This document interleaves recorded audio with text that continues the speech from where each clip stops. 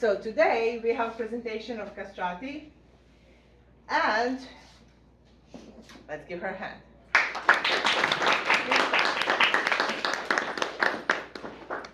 Okay, first off, hi everyone. Thank you for coming. I really appreciate it. I worked very, very hard. A few things about like my type of presentation style. I'm okay with like questions in the middle. So if you're like wondering something, just shoot up your hand and I'll try to help you out as much as I can. However, I might answer your question in a further slide. So like kind of keep that in mind. I really like interacting with people. So like sometimes I'll ask you to like raise your hand or like if you've had an experience like this. So just in case, like don't be awkward, just like flow with it, you feel? Okay, great, awesome. Okay, well. My presentation is about Castrati, my name is Idalis, and thank you. Okay, next. Okay, so here's the table of contents. I know, usually I like to write down my notes and have them like sorted out somewhere. So if you wanna like, go ahead and take a picture of that so you can like, I don't know, sort your notes somewhere. Or if you just wanna look at it so you guys know what we're talking about. I'll give you an introduction and a warning because we will be talking about kind of iffy stuff, and I don't want any to be like, Then we'll go into what is castration. Then I'll go into castrati. Then I'll talk about the timeline of castrati in the theater. Then the effects of castration, and then a few pictures to like showcase that. So here's your introduction. Welcome.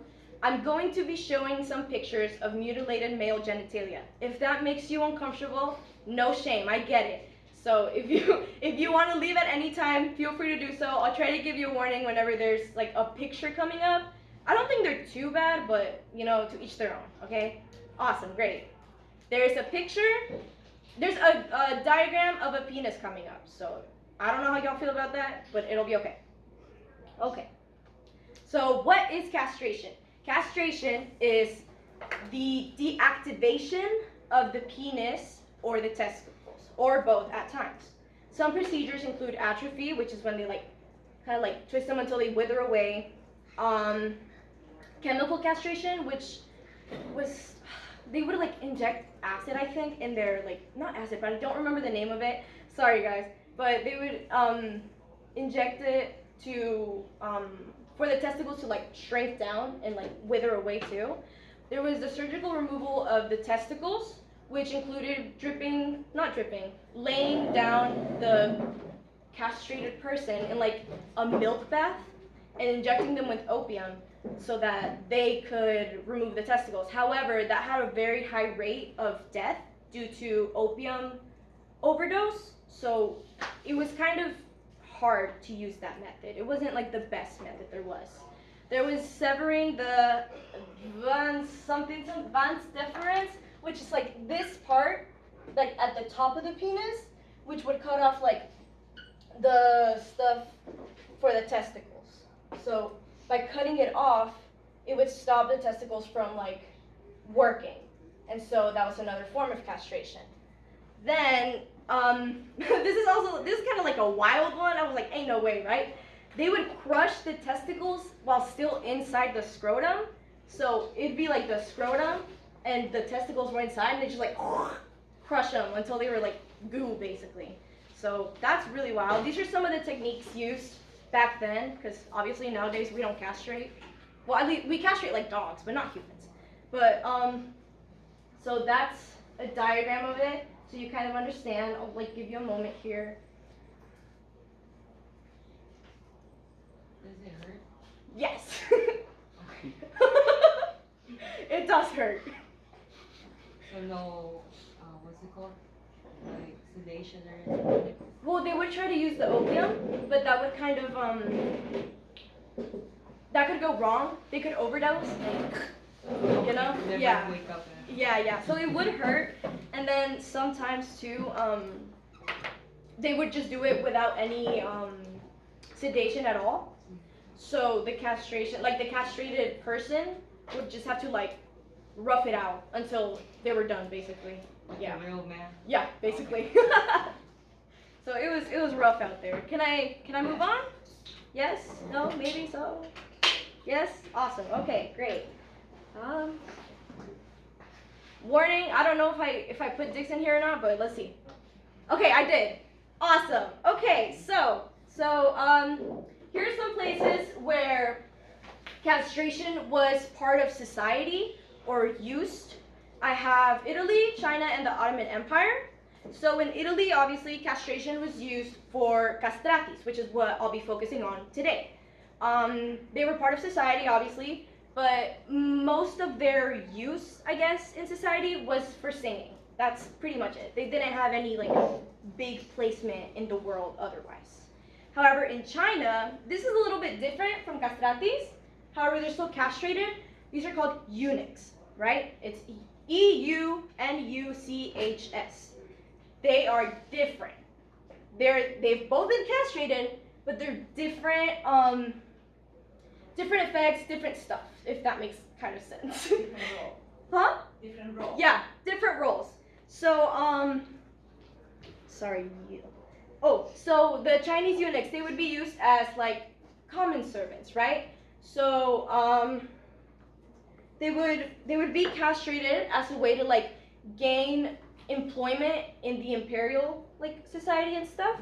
I'm sorry, my bad. In the like the imperial side of the world, and they were considered like they were employed to be servants because the emperors were like, oh well, you can't reproduce and you can't have children, so you won't have that need to like start a dynasty and take over mine.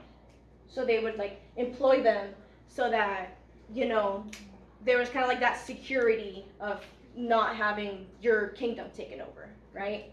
So that was them. It was also a punishment. It was like one of the 5 greatest punishments in China. So castration was a really big one. So that's that. The form of castration that they would use is cutting off both the penis and the testicles. So it was just completely like removed. They would cut it with this like kind of like scythe looking sword. They chop it off and then that's it. No nothing. So this is a picture of a eunuch, and that's what their genitals look like. Sorry, that makes you uncomfortable. And then this is a painting of Chinese eunuchs in the Sui dynasty. Okay, now the Ottoman Empire. So usually in the oh wait, any questions about the China? Yes. How do they pee? They probably like they left like a little circle, or actually you know those like little faucets. Mm-hmm. Okay, so I didn't include it in here because I was like I didn't think I was gonna get asked it, you know. I didn't even think about it. But no, it's fine. You're totally good, man. So in some places they wouldn't really like use that like faucet, that little like faucet thing, but they would use something similar to it so that they could still use it to like pee out of it, you know? Okay, and then Ottoman Empire. So usually the eunuchs from there would be slaves from other places, and they have like mostly like 2 different types of eunuchs. So there was the black eunuchs and the white eunuchs, and the black eunuchs were servants to like mistresses or like harem officials. So they would like kind of like go on that side. So kind of like, I don't want to say like a whorehouse, but like they kind of worked in like a whorehouse basically. And then the white eunuchs, they were servants for recruits at a thing called the palace school. I actually don't know what a palace school is, so I'm very sorry, but I'm guessing it has to do with like recruitment, but that's what they did. And they would also have a similar method of just cutting off the whole thing, like penis and balls. Yes? How would they work at a brothel if their genitals are cut off? Well, they're not like taking part of it.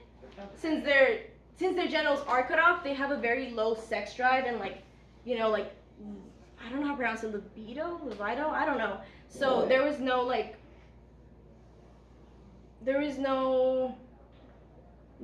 fear that they would like rape other women, I guess. They were kind of like their servants, not. Okay. Do you know what I mean? Yeah. I guess. Yeah. So like they served them, but for protection. yeah, for protection. Okay. Mhm. Okay, and that's pretty much it for this slide.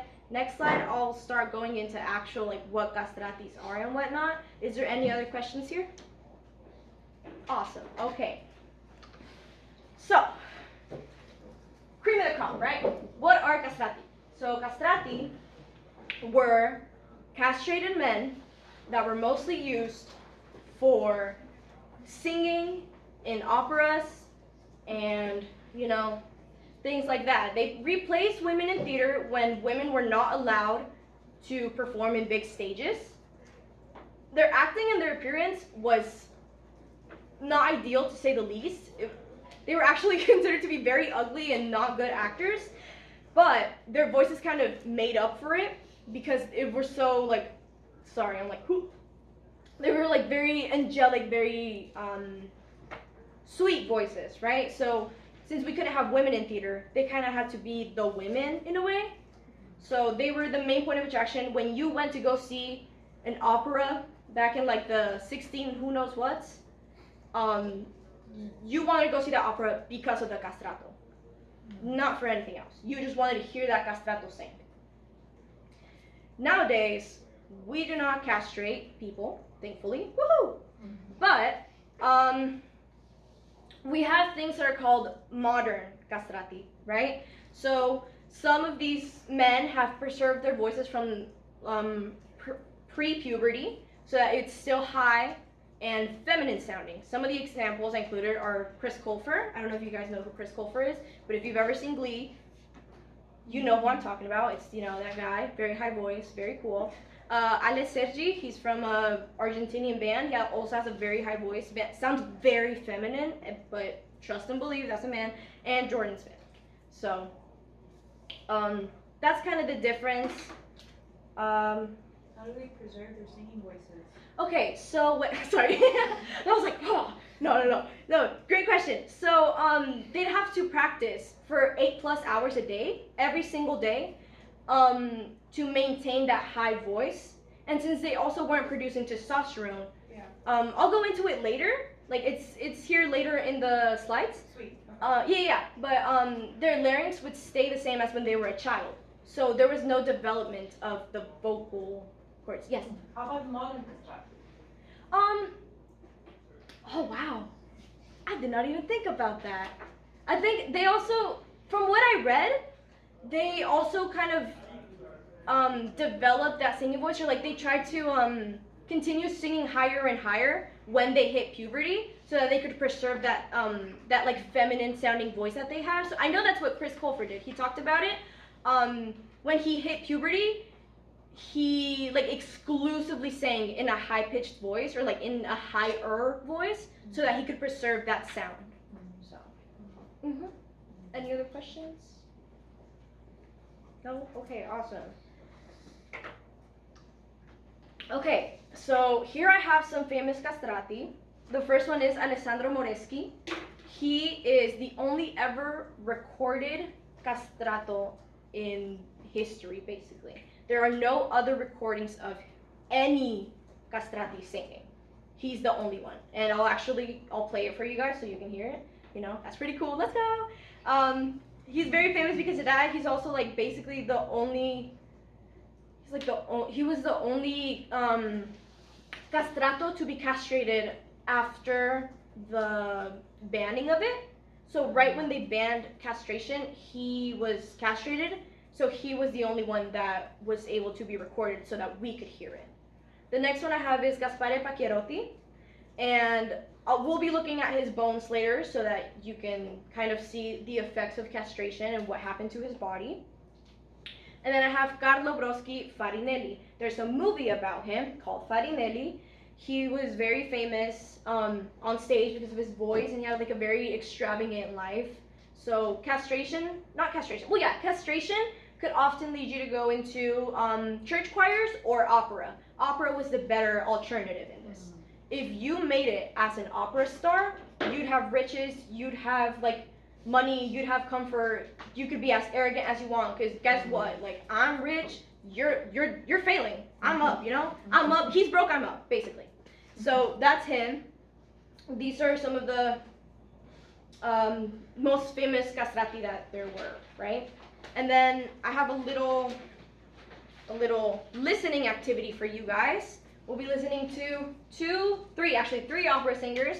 One of them is Luciano Pavarotti, the other one is Maria Callas, and Alessandra Moreschi. Okay, so are we all ready to listen?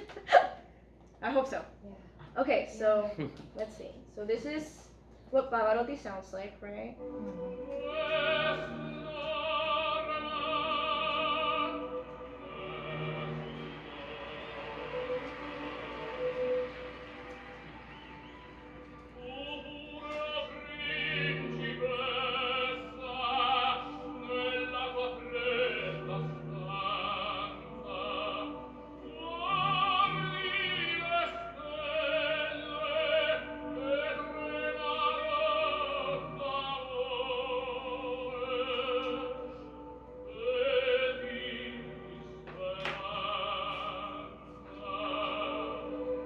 Okay, so we kind of notice how he has kind of like a very, deep, large, kind of like I don't want to say thick, but like a thick voice, right? Like it surrounds the room. It's kind of like woo. So that's typically what male opera singers sound like, right? So now this is a female opera singer. So let's listen to that too.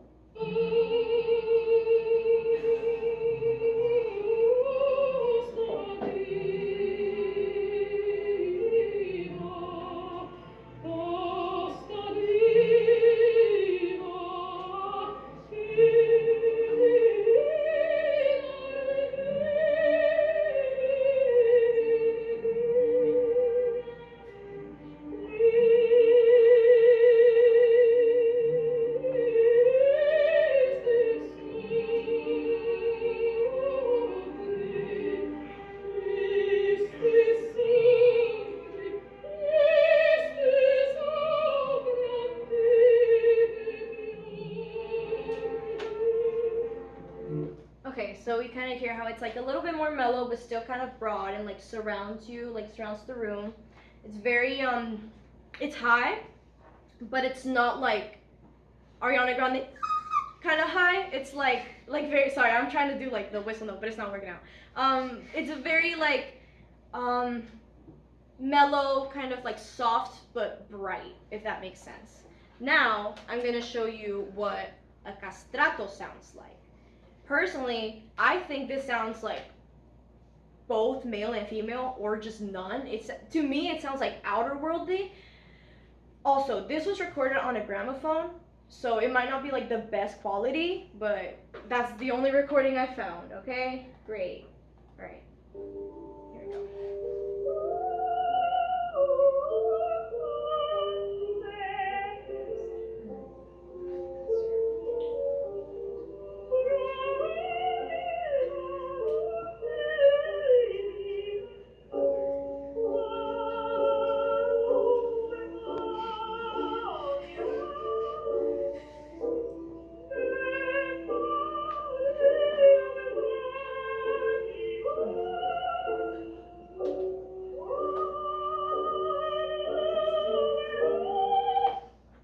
Opinions.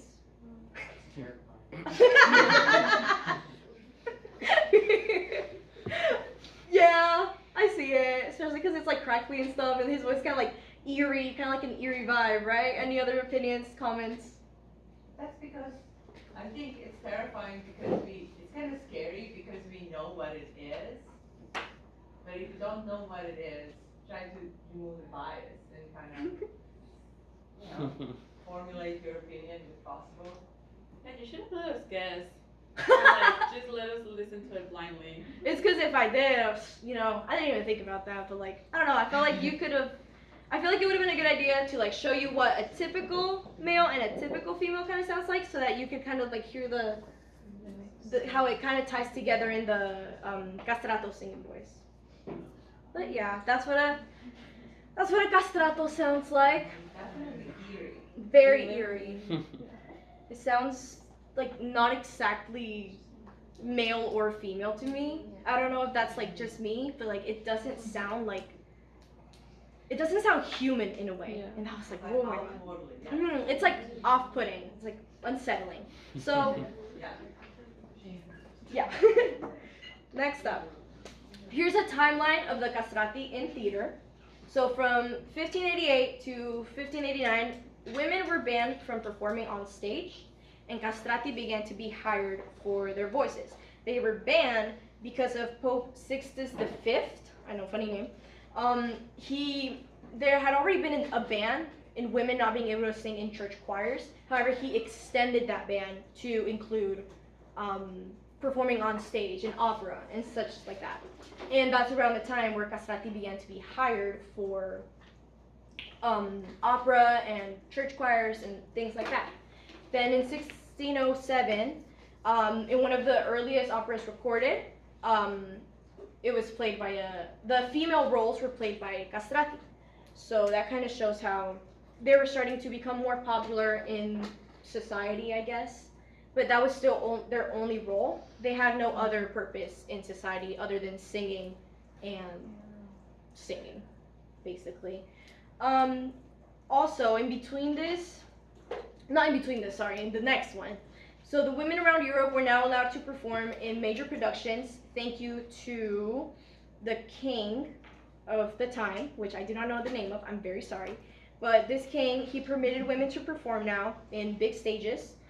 It was called the Restoration. That was what the movement was called, the Restoration.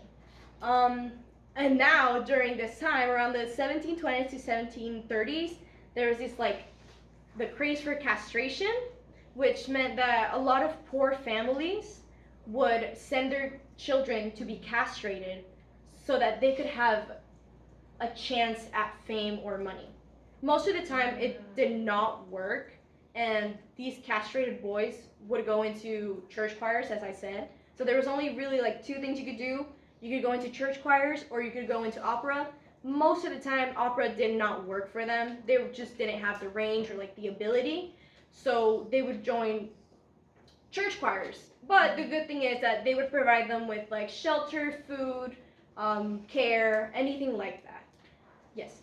And prestige for the family, I'm assuming, because the kids wouldn't live with the families. Mm-hmm. Would they be in the convent, sort of to say? No, I think they kind of just went their own way. So obviously it was still their kid, but they would still be poor and still have that hierarchy in their society. Mm-hmm. You know what I mean? Mm-hmm. So if their kid didn't really drag them out of the poorness, they kind of just stayed where they were, and that's it. But that was the craze for castration. That's 1720s to 1730s, and then in 1861, castration relating to singing, which is kind of all the castration. It was made illegal in Italy thanks to the Kingdom of Sardinia being adopted by them. The Kingdom of Sardinia did not allow castration. It was banned there, so they kind of adopted that ban. Sorry. And then in 1878 is when the actual practice of castration died down. So yeah, obviously it was illegal, right? Castration no longer able to happen, but because people still had that mindset of oh, they can become rich and famous, they would still castrate little boys behind the government's back, I guess. And it would not be very sanitary. It'd be very back alley. And then in 1902, the new and old castrati were banned from being hired by church and opera, so they were there was no space for them at all, right? This was thanks to Pope Leo the 13th, because he's the one that started hiring castratis in the church choirs, and he's also the one who banned them from ever coming back, if that makes sense. It has to do with religion. It's crazy, trust. Yeah. So Pope Leo the 13th banned new and old castratis from being able to sing in the choir. So that's the timeline. If you want to take a picture of it, go for it. If you don't, that's also cool. I'll just give you a moment real quick.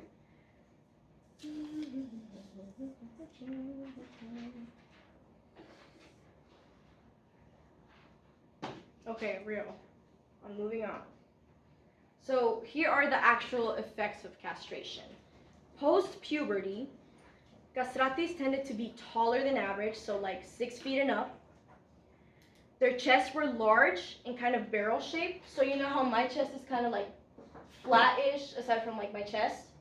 Theirs were kind of concave out and like that. So it was literally like a barrel shape.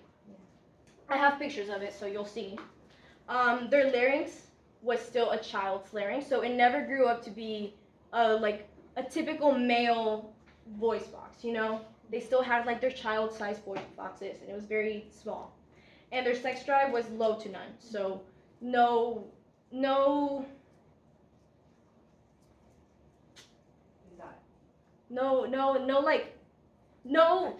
sex drive, basically. Like, they didn't have that feeling of like not needing, but like wanting sex. And then skeletal effects. So because they did not produce their sex hormone, so testosterone, their bones did not have as much calcium. So there was like they developed osteoporosis, which is like when your bones are very like brittle. They developed osteoporosis easier because of it, and because they had to practice so much. As I said, like 8+ hours of practice, just music and singing and everything. They didn't go out to the sun for vitamin D. So that also cost them to fade away, basically, like, you know. And then there's this thing called epiphyseal lines, and they're supposed to like, this was on his hips, but this is on other stuff too, and they're supposed to fuse together by the time that you're like 23, but it was found that in them they had not fused together when they died, and like this castrato that we're going to be looking at was 88 when he died, and his epiphyseal lines were still like not fused together, so like his bones were really like rickety and bad, if that makes sense.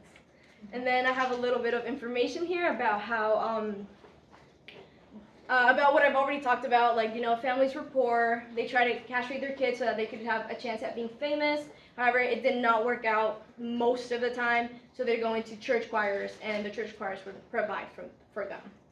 So that's that. Next up, we'll be looking at pictures, and I'll be like explaining what the pictures are and how they relate to Castrati. Sorry, I really need water. Okay, are we all done here? Any questions? No questions? Awesome, great. Okay, so this is the skeleton of Pacchierotti, which is one of the famous castrati that we talked about. You can tell it's like very tall, and his bones are like very faded away, and it's terrible. That's not what a skeleton looks like, trust. I'll show you like what they were supposed to look like, you know, comparison. So this is his bones. This is a hip. This is part of his hip, and the epiphyseal lines like did not fuse, so it's kind of like, can you see how it's like weirdly like broken and bent? So that's because the bones never fused together, so his hip was like all wonky and weird. And then this was the inside of his bone. He had like abnormal bone ossification because of not having calcium or not producing enough testosterone. So the inside of his bone looked like very withered away spider webs, and they don't usually look like that. I'll show you a picture, don't worry, y'all. But that was what his bones looked like from the inside. This is proof of how his bones never actually fused together, even though they were supposed to. And then his skeleton is like showing how tall it is. You can also see there was like a big curvature of his spine that was also due to not producing enough testosterone. The spine would just like curve, and it also had to do with his like singing when he moved his head, because castratis would have to move their head a lot. So all of that movement kind of twisted his spine, and it's like curved. I don't know if you can see it. It's like yeah. I think the bones are crazy. Yeah. What do you guys think about the bones? I think they're crazy. Yeah. Right? Like, dang. That's not what a skeleton looks like.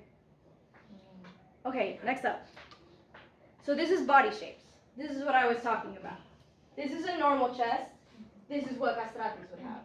A kind of a barrel kind of sized chest, right? It's very round because of their ribs weren't really like fused together, right? Like they had a lot of they were kind of like flexible bones in a way, so they would like grow out to be like that, and it helped technically with their like singing abilities, but it was also really bad for them because it caused like more problems in the breathing area. these are Chinese eunuchs. This is what their chests look like after being castrated. I don't know if you can see it that well. I hope you can. I'm very sorry. But it's very like feminine looking chest. So they kind of have like a development of breasts, and they have kind of like a pudgier look to them, kind of more like feminine-ish. And then this is a child and an adult larynx. This is what castratis could have had if they were not castrated. This is what a typical male has. This is what they have due to castration. Testosterone never helped them develop those like typical male characteristics. So their larynx would stay the same, so that their voices would also stay the same. That's why they were castrated, so that this whole voice box area stayed young sounding or feminine sounding in a way. So that's that. If there's any questions, let me know. Next one. We're almost done, I swear. See? Almost done. So this is a healthy human body. This is what a skeleton's supposed to look like, you know? Not all brittle and faded away and bad. Then this is the epiphyseal lines I was talking about. This is what it's supposed to look like, you know, fused together correctly, and it helps your hips move. That's like this part of your hip. And then this is the inside of a bone. Notice how it looks more like actual, like, you know, yeah, like structure. Thank you. I don't know who said that, but you're right. You're real fun with that. So there's more structure to it. It looks like spider webs are like more together, or like more structure, as you said. And the other one, that one looks more like dust, right? It looks like I could blow on it and it'll just fade away forever. However, like this one looks much more strong, right? So we've come to the end. That's all. If you have any questions, let me know. I'll answer them right now. Any questions, you guys? One question. Yeah. Did they ever show like signs of aggression? No. No. So because their testosterone was so low, there wasn't that like sex drive or like that like very like that aggressive like that. I forgot what it's called, but like that thing in testosterone where it like takes off your brain. There was none of that. So they weren't very aggressive. They were arrogant. They were very arrogant because of like, I do opera and stuff. They were very arrogant, but they were not aggressive. They were like gentle giants, I guess. Yeah. So what was the way that they preserve their hormones, or regulate their hormones that you said? Regulate their hormones? You mentioned something about hormones for modern. Well, yeah, they didn't have any hormones. No, I mean for modern castrati. Oh, well, they have their own hormone. Like, it's just people that have developed their voices in a different way. It doesn't have to do with hormones at all. Okay. Mm-hmm. Do you have a question? I'm so scared to ask No, this just right go now. ahead. I don't bite. Hearing your presentation, I kinda can link to it, or it has a similarity to, shoot, I'm so scared. No, it's The LGBT community. Mm-hmm. So do you think there's a relation from the castratis to that community specifically? That's an awesome question because I was thinking about it, but I didn't even mention it. To me, these kind of seem like the first quote-unquote drag queens to me, right? They would dress up as women and like sing around as women, but they didn't identify as women at all. They were still men. So to me, I feel like I want to think that there is some sort of connection there between the LGBT and castratis. However, I did not find anything linking them together. Actually, yes, I did. My brain! Oh my god, I completely forgot about this! Some castrati were gay. Some of them were homosexual, or they accidentally tricked other men into thinking they were women. So they would be really mad. They'd be like, oh, you're not a woman, that's, you know. But there is that whole thing. However, that's pretty much all that I could find.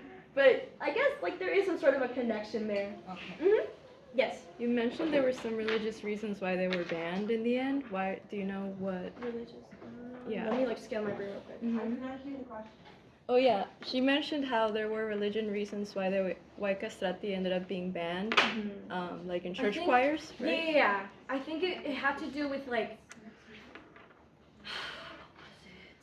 Okay, so like it used to I'm pretty sure, like it's like somewhere in the back of my brain, I can feel it. But it had to do with them being like not pure anymore, or like it wasn't like a sacred thing to do to castrate a man because like, oh, he was born with it, so he should stay with it, right? It was that kind of like feeling, and then they were like, oh well, we don't want men to keep on like being castrated because, you know, that's their body, like my body, my choice, you know, something like that. Not really, but like something like that, you know. So they stopped castrating men and started bringing back women slowly, like, you know, surely. Any other questions? Yes. I understand that the point is that, if you don't mind me saying something, the point is that their bodies have been altered to the point where it's irreparable. Yes. You see? Because the hormones associated with male hormones, testosterone, was so depleted, almost not present. I mean, it's present, but it's depleted to the point that normal metabolic setup was no longer possible. So they resulted in altered bodies that were supported by the culture, that then resulted in something that was banned because, for obvious reasons, that moved around culture a lot. Because social climbing doesn't supposed to be just social climbing, it's supposed to be also reproduction. And they're lacking that part, and also it has to do with like actually playing and completely depleting a man of what every man in this classroom knows. Your life depends on your penis. You wash it, if you're taking a shower for 5 minutes, 4 minutes, you wash Sing your into penis. like a microphone. So, you know, it's like one of those things. It's just taking away what it means of being a man. I know this sounds funny, especially to the girls, but it's fact, you know? I mean, imagine they like completely cut off something that you identify with. So it's like, it has serious, serious consequences, not only on their social climbing, but also on their biological setup. Yeah, like I learned so much about balls this whole presentation because I had to research, right? I had to see them, I had to like, and I learned so much. I was like, oh my god, that's crazy. Like, yeah, they didn't have their reproductive organs, but they were still considered like very like manly. Like it was a very like appreciated career choice, I guess. It was very interesting, just, you know, learning about Especially in balls. the harems, because they were there for protection. They were men, but a man who couldn't sexually, or I mean, who couldn't satisfy women in a way that a man with a penis can. So that will immediately cut off a chance of them fathering any children. So that the royalty and nobility was comfortable with them being around their women. Which is funny too, because that reminds me of eunuchs. That's why they were usually hired, right? They couldn't bear any children, so a lot of like the higher ups, like kings and like royalty, they'd feel comfortable with them because like they can't take over. However, castratis were kind of like Casanovas. They would constantly have like partners with them, even though they didn't have, even though their like genitals didn't work correctly, if that makes sense. So that's really funny. That's very interesting. You see, that's the difference between the cultural and biological setup, because castrati were cultural and biological, and eunuchs are just biological. So it's like it's a very interesting mix there. I think it's an amazing fact that you guys learned that we're here today on this presentation. How many of you have heard about castratis before? Anyone? Okay, so there's some of you. Nice, nice. Okay, are there any more questions? Any other questions? Yes. Yeah. I do have a question in relation to physical strength. To who? To physical strength. Oh. How were they in comparison to other men in terms of like physical fitness? I'm not entirely sure, to be honest. Well, I guess like sports. Well, they would not be doing sports. Yeah, no, like they were inside like 24/7, like 8+ hours of like just singing and training to sing, and like that's it. So they were probably not the buffest. But what about the eunuchs that participated in the Ottoman Empire? Like, Oh well, I didn't really like look too much into eunuchs because my presentation was about castratis. Eunuchs were stronger than castratis because they still had muscle building going on, and they're stronger than any woman out there because they have muscles. That's the bottom line. but testosterone levels are low, so they were not aggressive. And like, But they were like, if you imagine it, like, this would be a bad example, but you could imagine like a gentle, tiny little doggy. If the doggy was placed, and if the doggy was told that the doggy's job is to preserve your chair, that tiny little white fur ball will protect that chair. They will, you know, that's their job. So when you think about it that way, it will make sense, you see? But then at the same time, they're not males that will like aggressively charge at other males like normal males with testosterone levels that are high will do. They're just like, you know, I know. and then didn't you also mention that castrati, they would rarely even go outside and get sun? The eunuchs, would they be outside? No, eunuchs would. Like, eunuchs, they were servants, so they would, like, you know, be doing work for whoever they were serving. Right. But castratis wouldn't, because their whole life was that music. So they would always stay inside and practice music and, like, how to read music and singing. So the goal was to have a perfect technique of music by the time they were, like, mid-teens, so that they could start right away into So- opera or So church. compared to the eunuchs and the castratis, the eunuchs would have a stronger bone structure than the castratis due to having, well, consuming more vitamin D from the sun. That's kind of why his, like, the castrato skeleton, the one that I showed, is like more withered away and like not as skeleton looking. But the eunuchs, they did have that like vitamin D from the sun, so that their skeletons would look different. So even though they're both castrated, they're like different. They're completely different. Mhm.